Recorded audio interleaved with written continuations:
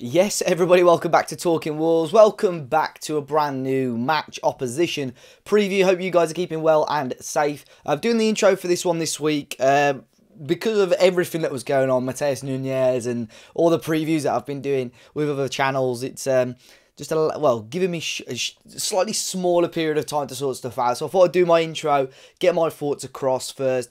Do let me know, guys, if you prefer me giving my little bit of thoughts on Wolves first rather than us jumping straight into the opposition preview as I have done on the first two of this season. Do let me know. And always hit the like button, subscribe to the channel. Your support has been absolutely phenomenal this summer. I really do appreciate it. You guys make it all worth doing. But yeah, we're going to be on our travels this weekend against Tottenham. It's a lunchtime kickoff, BT Sport. In the UK on Saturday, and it's going to be, in my opinion, the first big test, isn't it, for Bruno Lage and this new back four system that we've got in place right now. And of course, as of recording, Matheus Nunes is not confirmed, but I'm fairly certain it will be done, whether it is later on tonight or whether it is tomorrow, which it will be Thursday when this video is out. But I'm fairly certain it will be done. I'm fairly certain he'll be in the squad, although I don't think he'll start. Now, I've not seen Bruno Lage. Bruno Lage hasn't done his pre-match press conference as of yet, but he insinuated last week that João Moutinho will be back and available in the squad. There's whispers. We spoke a little bit about it on the podcast this week that Raul Jimenez will be back fit and again could be part of the squad. By the way, how good would our squad look with those two back, Semedo and Adama available, and Nunes added to that as well. Now, very quickly, I'm going to go into, before we go on to the opposition part, check out my predicted lineup here. Now, I think it could so easily be a 4-3-3, but I think I'll stick with a 4-2-3-1 for now. I think if Moutinho, or if he thinks Nunes is ready and can slot straight in, but I think if Moutinho's fit, we might switch to a 4-3-3, but I'd go a very similar lineup to what we have seen. I don't think Semedo will be ready. I don't think the likes of Adama will be ready yet. I would expect to see, obviously, Sarr in goal. Same back four of 8, Nori, Collins, Kilman, and Johnny. Midfield 2, again, of Neves, Dendoncker. Now, I would see, possibly, Neto out left again. Morgan Gibbs-White out on the right. And then Podence and Guedes through the middle. Whether, I don't know which one of them will be as the number 10 or which one of them will be as a forward. But I think Guedes will come in for Hwang Hee-chan, who struggled a little bit to get himself into the games on these opening 2 weeks. Lots of options though for Bruno Lage. It's a good headache for him to have now for a change, and that's slightly shifts some pressure onto him, I suppose, as well, going in towards this game. I've just noticed how messy my hair is, by the way, guys. Going for the Neves man bun, maybe, eventually, who knows. But let's jump into the opposition preview. I spoke to the guys at We Are Tottenham TV to get a little bit of insight on this weekend's opponent, Tottenham Hotspur. So the guys, delighted to be alongside Simeon from We Are Tottenham TV to give us the lowdown on Spurs ahead of Saturday's game. Simeon, how are you, man? Yeah, I'm doing well. It's been a good pre-season. We've got a smart and good start to the season as well, especially after that last-minute equaliser against Chelsea. So could be a bit happier, but I'm pretty happy. No, it's good. I mean, I caught the entirety of that game against Chelsea Spurs. Very rare I actually sit down and watch other Premier League games other than the Wolves. So it was good. All of the drama with the Forest game and then your game on Sunday, obviously off the pitch as well. It was a great watch. But you mentioned obviously pre-season and so on there. Transfer-wise, who have Spurs brought in? And do you think you've strengthened the squad overall? Oh, we've definitely strengthened the squad. Obviously, we've made 7 signings, including the one yesterday, Adoji, but he's gone back on loan. But we've signed Ivan Perisic from Inter Milan. We've signed Yves Bissouma from Brighton. We've signed Richarlison from Everton, Jed Spence from Nottingham Forest, Clement Longley from Barcelona. So I think we've really targeted key positions which we needed to strengthen the team: centre back, wing back, centre mid, a striker who can play on the wing as well, a versatile striker, and we're looking to buy even more between now and the end of the transfer window as well, given that Lo Celso and Ndombele have recently left the squad, which we're waiting for, so we can get some reinforcements in, given that they're on quite big wages and whatnot. Yeah. So I think we've had a very, very good window. I think we've improved this. We've improved the depth of the squad, which was most important. Last season, we kind of had a first 11, and then anyone we brought off the bench, it was like there was a massive reduction in quality. And there was even a famous quote last season that Conte would look at when he wanted to change it, he would look at the pitch and they'd look at his bench, and then he'll look back on the pitch and he would see what he could do instead of bring someone on. So now we've actually got good quality in depth. I think most Spurs fans are very, very happy with how the window's gone, but there's still, hopefully we're still not done yet. Yeah, it sounds similar to Wolves. You know, I would say sort of before, if we had this conversation a couple of weeks ago, our depth was almost non-existent. The first game of the season, we had a load of under-23s on the bench, but now we're starting to sign players. So there is options. And managers want that. They want to look on the bench and think, right, you're going to come on and you're going to make a difference, not just weaken the squad, like you said. So that's good news for Tottenham fans. And I suppose with the Champions League campaign coming up as well, you want that depth. There's going to be more games for you as well. What are your hopes for this season then? Do you want, obviously, you'll want a good Champions League campaign to get top 4 again, I assume, as well? Yeah, for sure. I think that has to be a minimum, given that we got top 4 last season, so you don't want to be taking a step backwards. Obviously, when you have someone like Antonio Conte at the helm, who has a track record of getting teams from either mid-table or challenging positions to genuine title challengers and winners. He took Chelsea from 10th to 1st. He took Juventus from 7th to 1st. He took Inter Milan from 4th to 1st. So there's always this hope that maybe, who knows, maybe something magical can happen with Tottenham.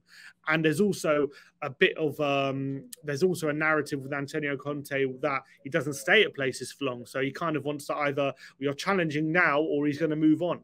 So I think there's definitely a lot of fans who are hoping that maybe Tottenham can really do something special and chance for a title. But I do think a top 4 or a top 3 finish and a trophy. I think that's the one we really want. We all want a trophy by hook or by crook. It's been 14, 15 years now. You know, that monocle is just not getting, that monkey is always on our back all the time.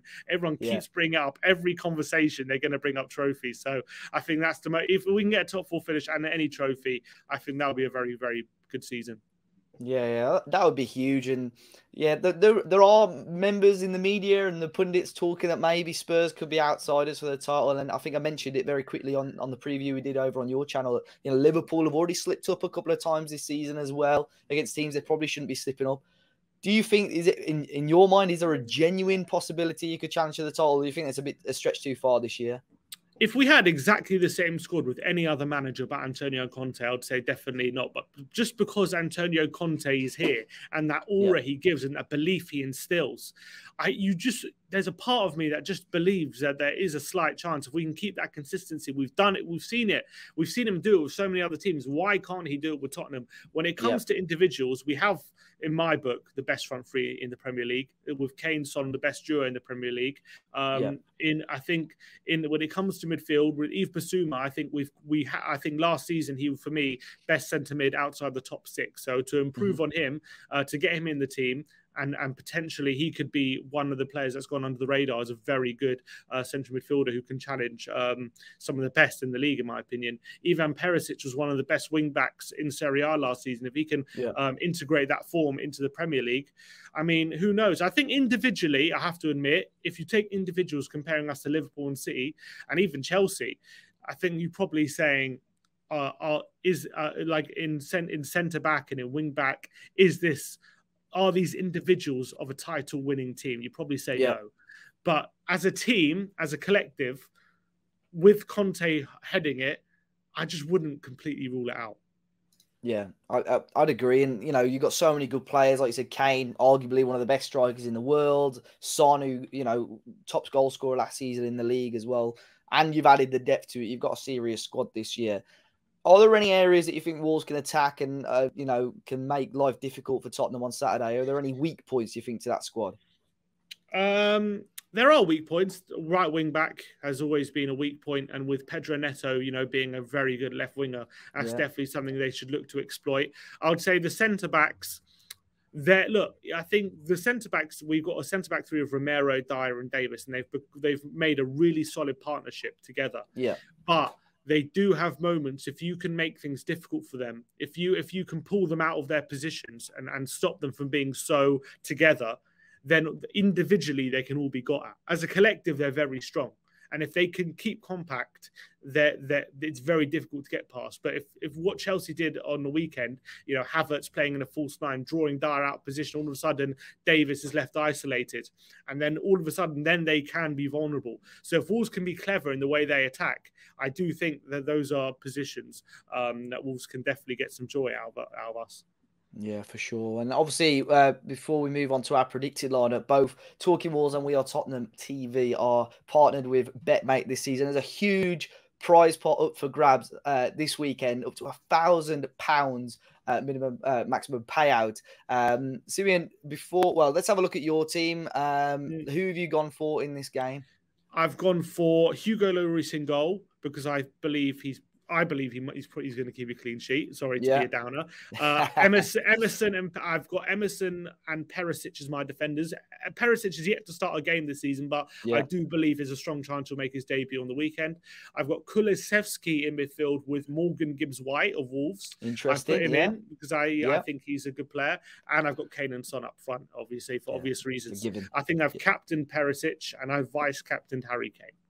Yeah, interesting. A quick look at my team as well. We've got Jose Sarr in goal, Eric Dyer and Emerson at the back, Kulusevski and Neves in the midfield, and Captain Harry Kane with Heung-min Son as well. I said it on your preview, but I've heard whispers that you two are pretty good at Betmate. So if I'm not saying copy your teams, Talking Walls viewers, but if you want to take some inspiration, feel free to do so from those teams. Coming away from Betmate though as well, Simeon, your predicted lineup. So you mentioned Perisic there. Yeah. What about the rest of the team? What's your predicted 11 for Saturday's game? Yeah, I do expect the rest of the team to be very similar to what we've already seen so far this season. So Lloris will start in goal. It will be, in my book, a back three of Romero, Dyer, and Davis. They've been very solid, and I expect them to play in centre back.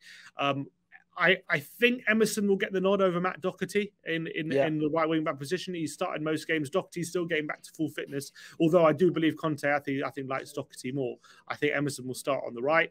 Left, Perisic, I'm backing him to make his debut. He's come off the bench in both the games so far this season, and against Chelsea, he looked pretty good in the last 20 minutes. So I think Perisic makes his debut. Midfield is probably going to be Rodrigo Bentancur and Pierre-Emile Højbjerg in the centre, and the front three of Kulusevski, Heung-min Son, and Harry Kane, I think, to complete the team. I don't think Richarlison gets the nod just yet, and I think Bissouma as well still had an injury early on, so he's not going to quite be ready for a start. But that makes it all more exciting, so I can't wait for these guys to get more involved. Yeah, it's going to be an intriguing game, a big test for Wolves, first big test with the new formation and back four. If I had to trouble you for a score prediction, what are you thinking? Well, on my channel, I said 3-0 Spurs. I mean, look, I like Wolves, and I think they're a very good team. I just think they're transitioning at the moment to a back four. They're turning into a more offensive side, and that could benefit them long term over the season. I just think Tottenham prey on those kind of teams right now, and if you're not 100% like ready in that formation, and you're not like a free like if you're not moving like clockwork, which I don't imagine you are going to be after 3 games in that system, I think we can exploit that. So that's why I've gone for 3-0. But I do think over the long term, you moving into this kind of attacking formation will benefit you. I just think we'll exploit it early on. Yeah, and thank you very much for joining me on Talk. Well, Simeon, where can people find you in the We Are Tottenham TV, boys, if they wish? Yeah, we're on YouTube, Twitter, and Instagram at We Are Tottenham TV. Come join us. We're going to have a live watch along for the game on Saturday. We do watch alongs to every game, so be glad to have any. We actually have a member who's a Wolves fan, Wolves Fi. So we have Wolves people who are fans of our channel. So come join us. Great news. I'll be sure to leave a link in the description to the We Are Tottenham TV links. And yeah, thank you for jumping on Talking Walls, mate. And may the best team win on Saturday. Thanks for having me, Dave. Cheers. Well, big thanks once again to We Are Tottenham TV for giving their thoughts here on Talking Walls today. I'll make sure I leave a link to their channel in the description down below. I'm going with a 1-1 draw for this game. Let's get another point on the board. I think 2 points out of the opening 3 isn't too bad, and we can get our heads down and try and get some points back at Molineux next week. Guys, let me know your thoughts, your score predictions down below. Hit the like button, subscribe to the channel if you're new, and I'll see you all very, very soon.